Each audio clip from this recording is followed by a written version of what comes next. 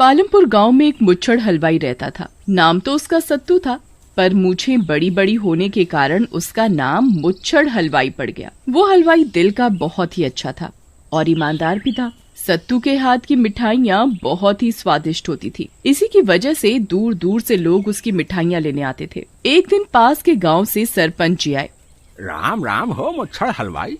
राम राम जी, आप इस गांव के तो नहीं लगते। तुमने सही कहा, मैं पास के गांव से आया हूँ और मैं उस गांव का सरपंच हूँ। ओ भाग हमारे, जो आप मेरी छोटी सी दुकान पर पधारे। सरपंच जी, कैसे आना हुआ मुझ हलवाई के पास?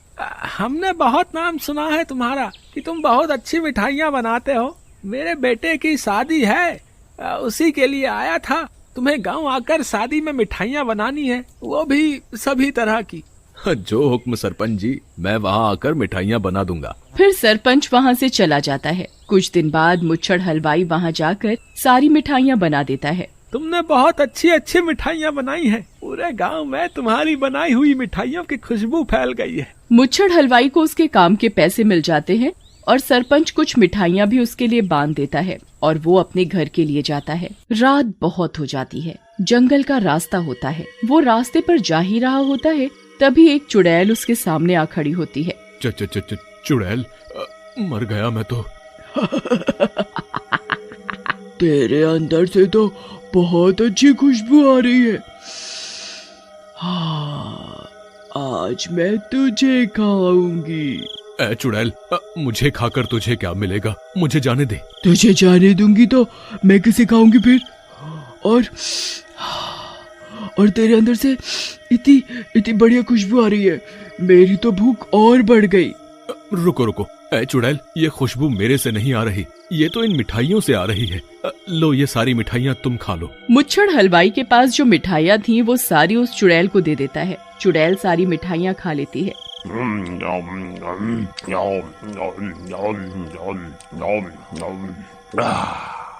चुड़ैल को सभी मिठाई बहुत स्वादिष्ट लगती है।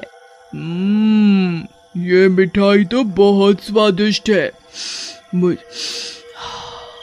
मुझे और खानी है मिठाई। और मिठाई तो मैं तब लाऊंगा जब तुम मुझे जाने दोगी, क्योंकि मैं एक हलवाई हूँ और ये मिठाइयाँ मैंने बनाई हैं। मैं तुझे एक शर्त पर जाने दूंगी, तू मुझे रोज स्वादिष्ट मिठाइयाँ बनाकर खिलाएगा।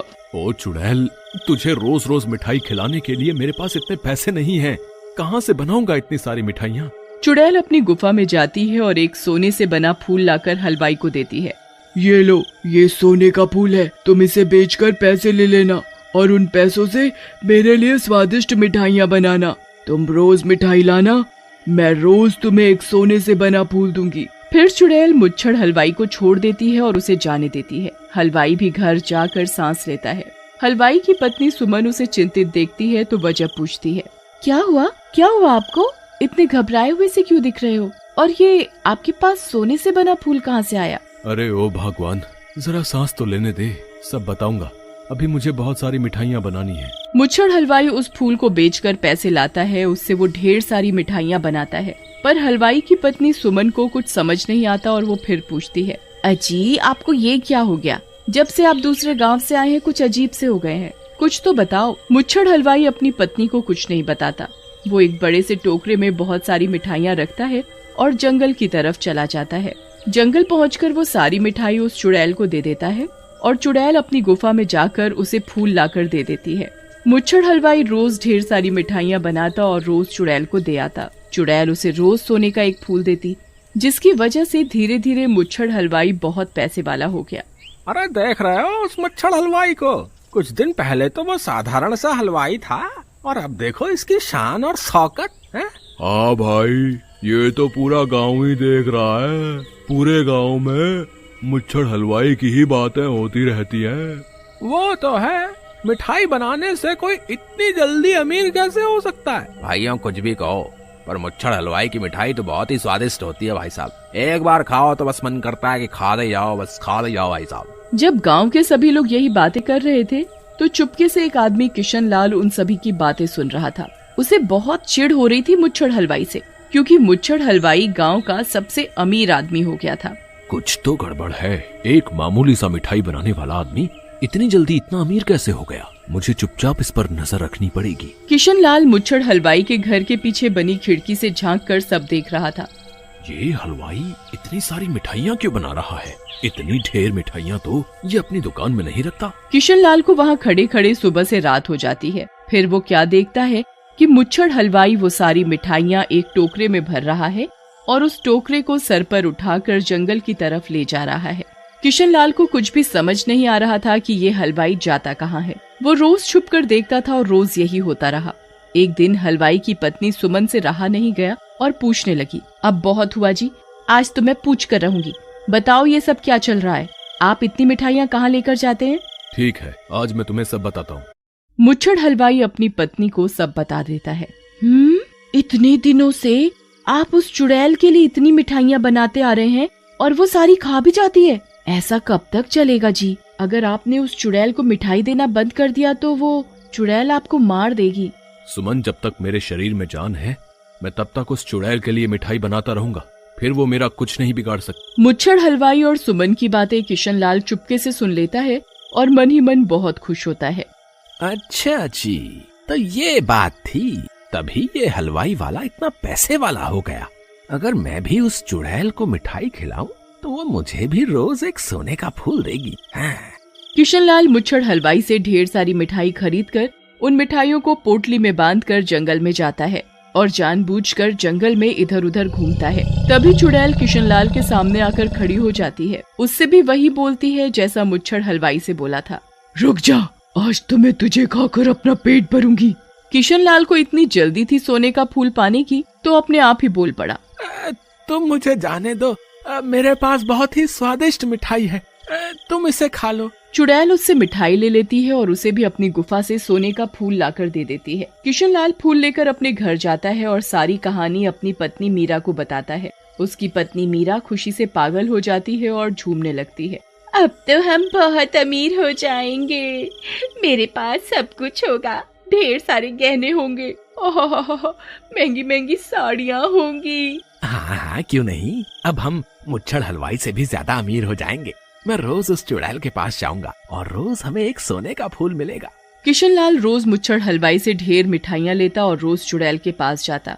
ऐसा करते करते किशन लाल भी बहुत अमीर हो गया। एक दिन उसकी पत्नी मीरा बोली, अजी सुनो जी, आपने मुझे बताया था कि वो चुड़ैल अपनी गुफा में जाती है और सोने का एक फूल लेकर बाहर आती है। मुझे तो ये लगता है कि उस गुफा में कोई जादुई सोने का पौधा होगा, उसी पौधे से वो चुड़ैल फूल तोड़कर तुम्हें देती है। क्यों ना तुम चुपके से उस गुफा में जाओ और जो जादुई पौधा है उसे पूरा का पूरा उखाड़ कर यहाँ ले आओ। हम उस पौधे से सारे फूल एक साथ उखाड़ लेंगे, रोज रोज का झंझट खत्म।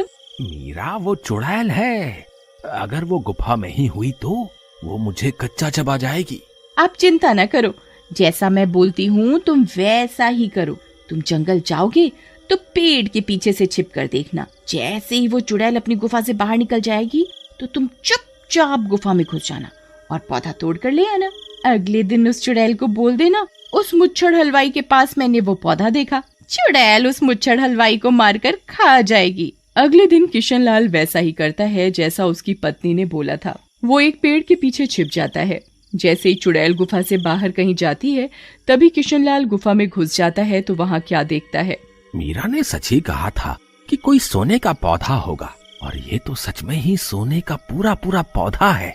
अब मैं इसे यहाँ से जल्दी इस पौधे को उखाड़ कर ले जाऊं, इससे पहले कि वो चुड़ैल यहाँ आ जाए। किशन लाल को ये पता नहीं था कि जो पौधा वो उखाड़ने जा रहा है उस पौधे में उस चुड़ैल की जान है। जैसे ही किशन लाल उस पौधे को उखाड़ने के लिए हाथ लगाता है वहाँ चुड़ैल को गुफा में किसी के होने का आभास हो जाता है। ये मेरे साथ क्या हो रहा है? मुझे इतनी घुटन क्यों हो रही है?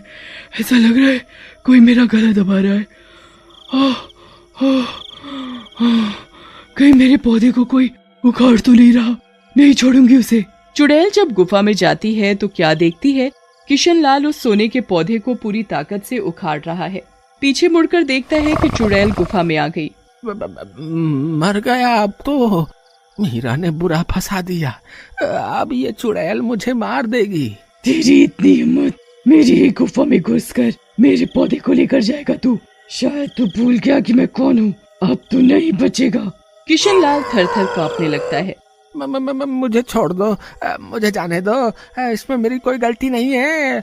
ये सब मैं अपनी पत्नी के कहने पर कह रहा था। हाँ। अच्छा, मतलब तुझे पता था कि मेरे पास सोने का पौधा है? वो पत्नी ने अंदाजा लगा लिया था कि सोने का फूल है तो पौधा भी जरूर होगा जिसमें से ये फूल आता है। मैं इसी पौधे से रोज तुझे फूल तोड़ कर देती थी। इस पौधे को मेरे अलावा कोई हाथ नहीं लगा सकता, और तूने इसे उखाड़ने की कोशिश की। इस पौधे में मेरी जान है। क्या? अब चुड़ैल अपने लंबे लंबे हाथ करती है उसे मारने के लिए। किशनलाल को कुछ समझ नहीं आता कि अब उस चुड़ैल से कैसे पीछा छुड़ाऊं। उसकी नजर फिर उस पौधे पर जाती है। वो जल्दी से उस पौधे को उखाड़ देता है। उखाड़ते ही चुड़ैल के शरीर में आग जलने लगती है और जलकर भस्म हो जाती है। चलो जी, इस चुड़ैल से हमेशा के लिए छुटकारा भी मिल गया और सोने का पौधा भी मिल गया। तभी वो क्या देखता है कि वो पौधा धीरे धीरे काला पड़ता जा रहा है और पूरा राख बनकर हाथ से फिसल कर नीचे गिर गया है। चुड़ैल के मरते ही उसका पौधा भी मर गया। अरे, मैं तो उस फूल से भी गया जो मुझे रोज रोज मिलता था सोने का। पत्नी की बातों में आकर सब गवा दिया। तभी कहते हैं लालच नहीं करना चाहिए।